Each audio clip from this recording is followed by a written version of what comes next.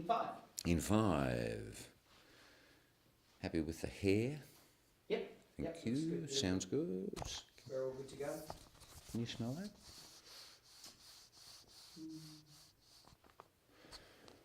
Okay. Hello and welcome to another episode of Speak Liberal to Me. I'm Neil Piggott. Thanks for joining me.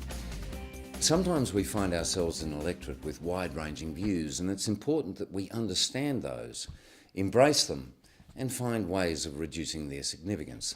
Like at the Coalface from Queensland, who writes, "Dear Neil, I come from an electorate where the ugly politics of envy is rearing its head. Naive pleas for redistribution, people trying to justify the hard-working subsidising the indolent. How do I put them back in their box?" Well, Coalface, it certainly is a problem, one that is rooted in an old-fashioned notion of welfare and other free things. I thought the best way to explain the politics of envy to you was to find a genuine Marxist. So I went down to the local men's shelter and I found one who's agreed to have a wash and come and talk to me. Thanks, Neville. There's the Diet Coke and the chocolate. Thanks. So, Neville, can you tell us about your views of what we prefer to call the politics of envy?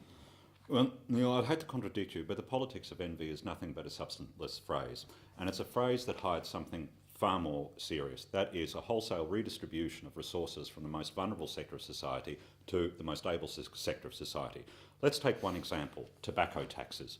At the moment, both parties are looking to take $5 billion out of the pockets of the underemployed, the unemployed, and the low skilled. We know as a sociological fact that smokers are overrepresented in these categories. So $5 billion are going from their pockets to general revenue. There is no redistributive mechanism, there is no remedial action such as reducing the price of nicotine replacements, such as getting very serious about subsidising perhaps gym memberships or therapies for smokers.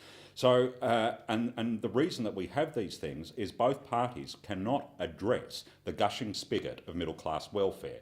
That is subsidising private schools for Tarquin, Maxwell, Chloe. That is that Tarquin, Maxwell, Chloe really need to go to the ballet and the Australian Opera at $220 tickets. That's the maximum price, needs to be subsidised. And of course, Tarquin, Chloe and Maxwell need a house when they go to university, and so that has to be negatively geared. So when we talk about the politics of envy, we're not really talking about anything. We're talking about a class war, but we're not talking about the proletariat against the bourgeoisie. We're talking about a bourgeoisie firmly entrenched, marginalising the proletariat completely. Well, thank you, Neville. Thanks. Fucking love Coke. Thanks, mate. It's our pleasure.